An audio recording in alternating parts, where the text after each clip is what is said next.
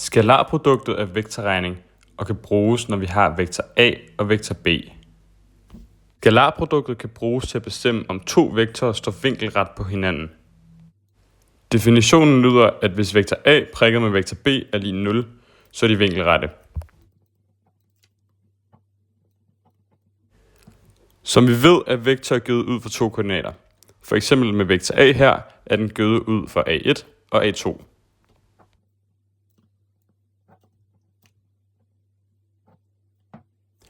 Når man skal lave udregningen af skalarproduktet, siger man vektor A prikket med vektor B, det er altså lig A1 ganget med B1 plus A2 ganget med B2. Man vil altså altid få en numerisk værdi. Nu skal vi til det næste. Det er beviset for afstand fra punkt til linje. Beviset går ud på, at hvis man har et punkt, p, x, y, og en linje, som er givet på formen ax plus by plus c er lige 0, så kan man finde afstanden ved denne formel. Dist pl er lige den numeriske værdi af ax plus by plus c, delt med kvadratroden af a i anden plus b i anden. For at vi kan lave det her bevis, så skal vi have et vilkårligt punkt. Vi kan fx kalde det px1, y1, og en linje på formen, som vi kender fra før, ax plus by plus c er lige 0. Det tegner jeg lige op.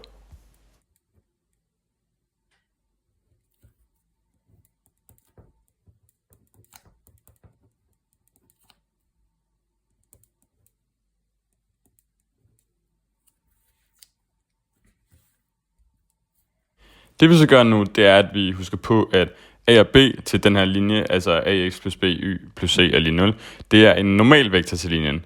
Den kan jeg altså lige tegne ind.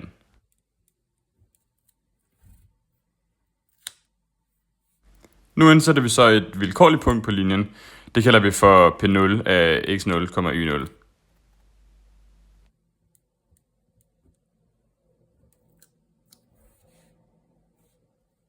Så danner vi en ny vektor fra punktet P til punktet P0. Den kalder vi selvfølgelig for P0 til P. Så nu har vi to vektorer, P0P og normal vektor n. Vi producerer nu P0P ind på normalvektoren, så vi altså får en ny vektor, der hedder P0P til n.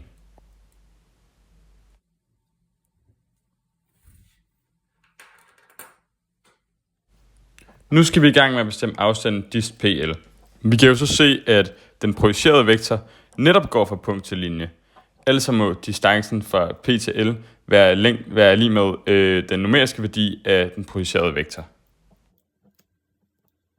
Og det betyder jo så, at nu skal vi bare finde længden af den projicerede vektor. Jeg vil lige understrege, at i øvrigt så tager jeg den numeriske værdi, da en længde kun kan være positiv. Vi skriver nu lige koordinaterne op til den projicerede vektor. Når vi skal finde koordinaterne for en vektor, der går fra et punkt til et andet, så tager vi begyndelsespunktets koordinater og trækker fra slutpunktets koordinater. Altså her vektor P0P er lige x1 minus x0 over y1 minus y0. Nu skal vi så finde længden af den projicerede vektor. Det vi gør, det er, at vi tager den generelle formel for længden af en vektor projiceret ind på en anden. Den siger os, at vi skal først finde prikproduktet mellem P0P og normalvektoren, og så dividere den med længden af normalvektoren. Vi tager igen den numeriske værdi, da længden nu skal være positiv. Så nu kan vi altså sige, at distancen fra punkt til linje, det må være lige den numeriske værdi af vektor P0P prikket med normalvektoren, delt med numerisk værdi af normalvektoren.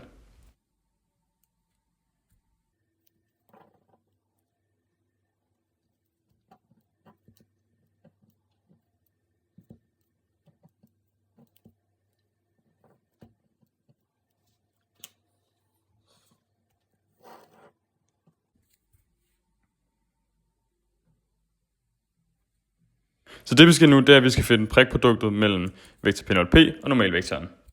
Og det får vi ved at tage førstkoordinaten fra den ene vektor, gange med førstkoordinaten fra den anden vektor, og lægge det sammen med andenkoordinaten fra den ene vektor, gange med andenkoordinaten fra den anden vektor. Det kan vi altså skrive som den numeriske værdi af a til x1 minus x0 plus b til y1 minus y0, og det skal vi altså dividere med længden af normalvektoren.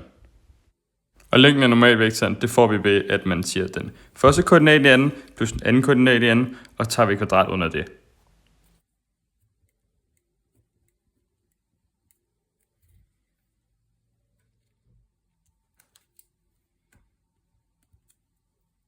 Og det vi så gør nu, det er, at vi ganger parenteserne ud, samtidig med at vi flytter lidt rundt på ledene. Vi tager a gange x1 og lægger det sammen med b gange y1. Og så tilbage så har vi et a gange minus x0 og et b gange minus y0, og det kan vi så skrive op alle sammen nu.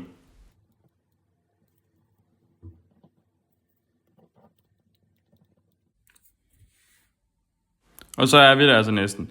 Nu skal vi bare lige genkalde os, hvad den her minus a gange x0 minus b gange y0 er, for den skal jo være lige med c i beviset. Vi husker på, hvordan typen af linje L er lig ax plus by plus c er lig 0 fremkommer. Vi har en sætning, der siger L er lig ax plus by plus c er lig 0, udgør en ret linje i planen, hvor c er lig med minus a gange x0 minus b gange y0, hvor p til x0, y0 er et punkt på linjen. Da vi så erstatter minus ax minus by med c, så har vi altså fundet frem til det, vi skal finde ud af. Altså, vi kan finde afstanden fra et punkt til linje med distanceformlen, numerisk værdi af ax plus by plus c, divideret med kvadratroden af a i anden plus b i anden. Det jeg vil vise nu, det er, hvordan man omskriver en vektorfunktion om på linjens ligning. Jeg tager nu en vilkårlig vektorfunktion, som jeg vil bruge til eksemplet. Lad os kalde den s og t er lig 2t minus 1 over t. Kom så her til en fejl til at skrive plus i stedet for minus mellem 2t og 1. Vi genkalder os nu formen af linjens ligning. Den kan lyde på ax plus by plus c er lig 0. Den kan også lyde på a til x minus x0 plus b til y minus y0 er lig 0.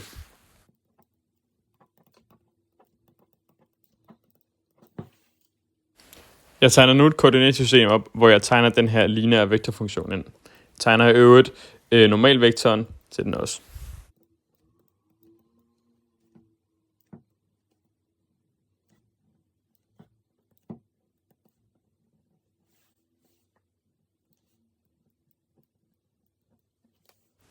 Vi kan så nu aflæse retningsvektoren til r er lig 2 over 1, og derfor også normalvektoren kan vi regne ud. Den bliver som minus 1 over 2. For at komme videre i omskrivningen kan vi så nu tage en vilkårlig t-værdi, og her er det nemt bare at tage t-værdien 0. Nu kan jeg så skrive linjens ligning op igen, og vi kan begynde at sætte vores værdier ind.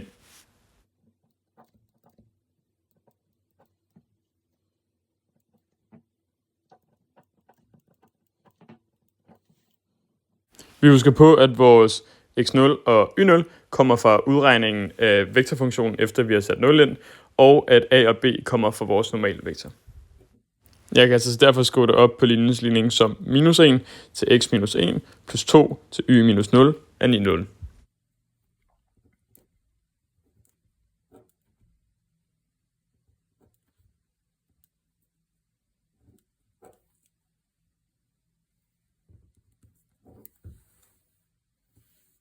Det sidste jeg skal nu, det er bare, at jeg lige skal forkorte ligningen.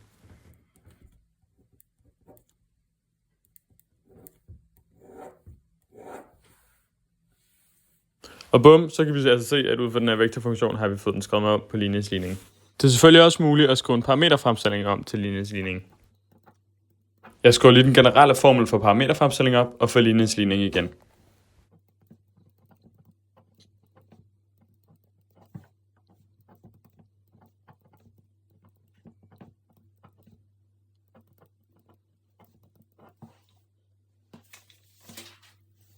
Jeg skriver nu en vilkårlig funktion op. Lad os kalde den f af x er lig 4x plus 3, og et punkt på den linje, som vi kalder for p 0,3. Jeg vælger også lige at tegne koordinatsystemet til den.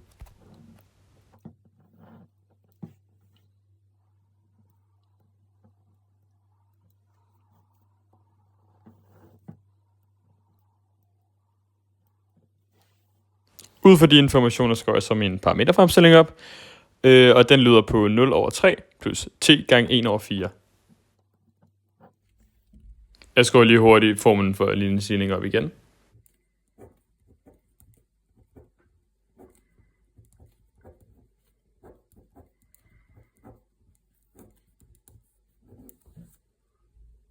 Så kan jeg ud fra min retningsvektor, der lyder på 1 over 4, bestemme normalvektoren, som jo så bliver minus 4 over 1. Og vi husker som før, at normalvektorens a og b svarer til a og b i linjens ligning også. Så Så nu har jeg faktisk alle oplysninger, jeg har brug for at skrive op på ligningsligningen, så det vil jeg gøre her. Vi får også en ligning, der leder på minus 4 til x minus 0, plus 1 til y minus 3 er lige 0.